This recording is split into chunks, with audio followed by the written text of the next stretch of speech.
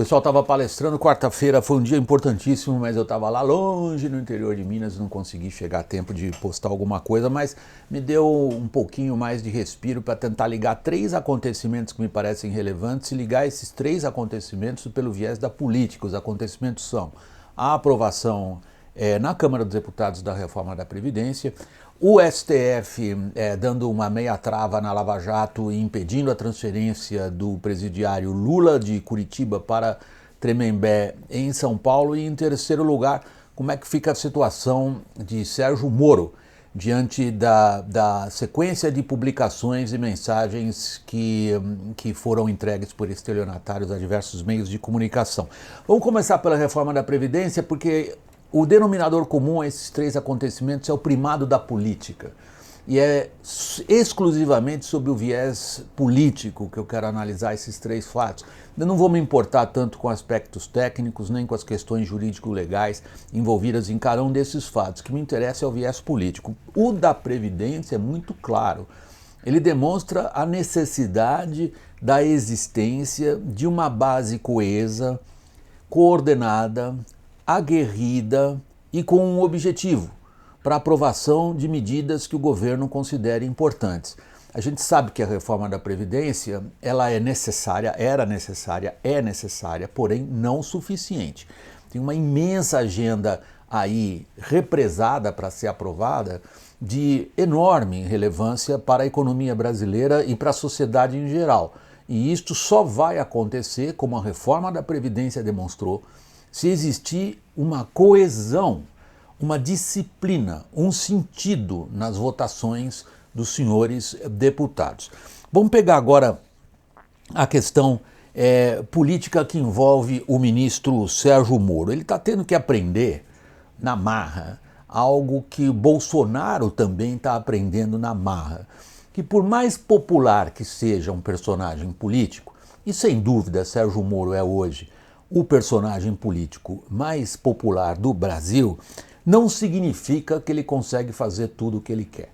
Bolsonaro vem aprendendo, a lição está sendo dura e difícil. Moro está ainda, digamos, nos estágios mais iniciais dessa ideia de que não pode tudo. Que há no primado da política, nas ações dos personagens, o jogo de instituições e principalmente o jogo de forças. Eu tenho dito, tem um vídeo aí, vocês podem conferir, que esse episódio do hackeamento de mensagens atribuídas a expoentes da Lava Jato não afetam diretamente ou em grande medida a popularidade de Sérgio Moro no país, mas a capacidade de Moro e dos expoentes da Lava Jato de determinar o que acontece na política, esta capacidade reduziu-se bastante. Essa redução não é tanto em função do que se publicou, eu não vou ficar discutindo autenticidade ou não autenticidade, eu quero discutir os efeitos políticos dessas publicações. Elas apenas reforçam o que no mundo da política brasileira há muito tempo já era a percepção, muito antes do início da publicação dessas mensagens. E, de novo, não importa se são autênticas ou não são autênticas e nem também como é que elas foram obtidas. O que importa é que elas reforçam a percepção do mundo político que os expoentes da Lava Jato estavam, e isso aí é bem claro pela sequência dos acontecimentos, basta olhar a linha do tempo, estavam num embate político de forças políticas nas quais parecia ser um embate jurídico-legal e, no fundo, era uma luta política. A questão nunca foi a de combater apenas a corrupção. Havia uma outra questão, e é essa que está em jogo o tempo todo, me parece o grande conflito político brasileiro da atualidade seria esse. Quem é capaz de controlar as decisões? Quem é capaz de controlar a esfera das decisões políticas? É este ponto que esteve em jogo o tempo inteiro e agora se tornou mais relevante.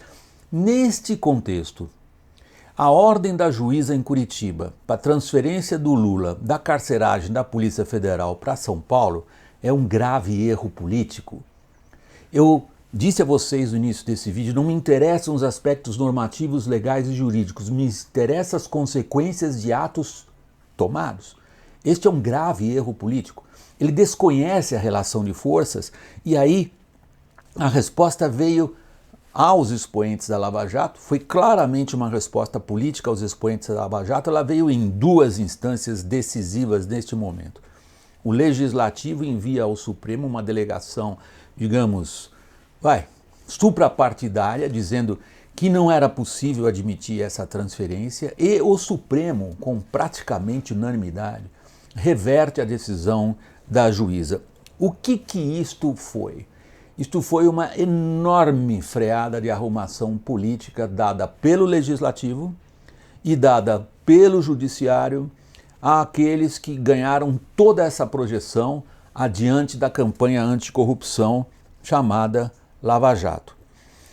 Moro perde operacionalidade política numa situação dessas, não há dúvida. Nós estamos falando de duas coisas diferentes, hein? Embora elas estejam ligadas. Uma é o nível de popularidade dele, outra é a capacidade de operacionalizar esse nível de popularidade. Cinicamente falando, do ponto de vista do presidente Jair Bolsonaro, a situação que o Moro está não é ruim. O Moro tem, neste momento, diante dele, a necessidade de ter uma própria base importante dentro do Legislativo que permita a ele, Moro, levar adiante o pacote anticrime. E isso, vocês perceberam, a gente liga com o começo desse comentário, no qual eu ressaltei como que uma base eficaz, coordenada, aguerrida, bem organizada e ampla, sólida, consegue ou não consegue aprovar aquilo que o governo quer. O Moro popular nunca conseguirá fazer o que ele quiser se ele não conseguir operar uma base desse tipo. E o Legislativo lhe deu uma mensagem bastante contundente nesse episódio da transferência, não transferência do Lula. Vamos pegar agora a questão do Supremo. Boa parte do Supremo entrou em choque com a Lava Jato. Isso não é nenhum, digamos, segredo da política brasileira, ao contrário, é uma característica da nossa situação política há pelo menos 3, 4 anos. Com a publicação das mensagens, de novo, não me interessa se estão autênticas ou não neste contexto, o que me interessa é de que forma reforçam-se ou não as percepções já existentes.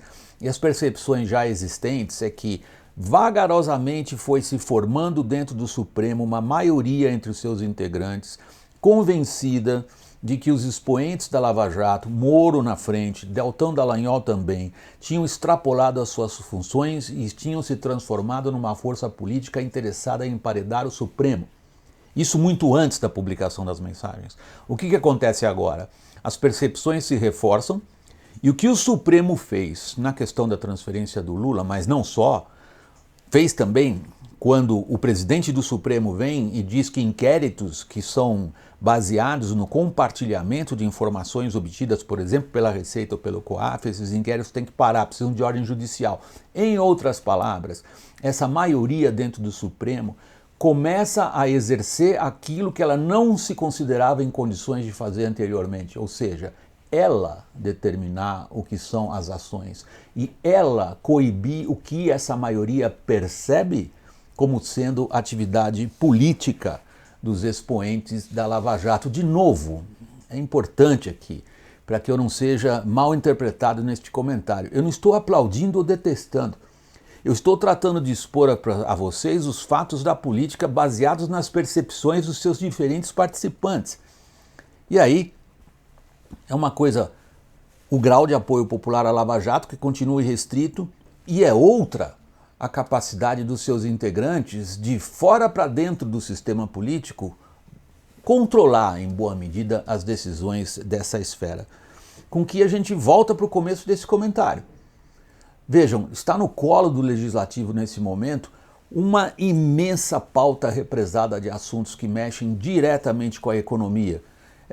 Assim, de cabeça, hein? Nem fiz a lista, de cabeça. Reforma tributária, parcerias público-privadas para investimento, marco legal do saneamento, autonomia do Banco Central, previdência dos militares e por aí vai. Fora as outras pautas importantíssimas que têm a ver com a sociedade brasileira em geral. Posse de armas de fogo, educação doméstica e infantil, cadastro ambiental rural, nós podemos pegar ainda toda a questão do marco legal relativo à saúde. Isso tudo depende para aprovação dentro de um legislativo que está forte do ponto de vista político, de uma base sólida do governo. Cadê? Pessoal, muito obrigado. Até o próximo vídeo.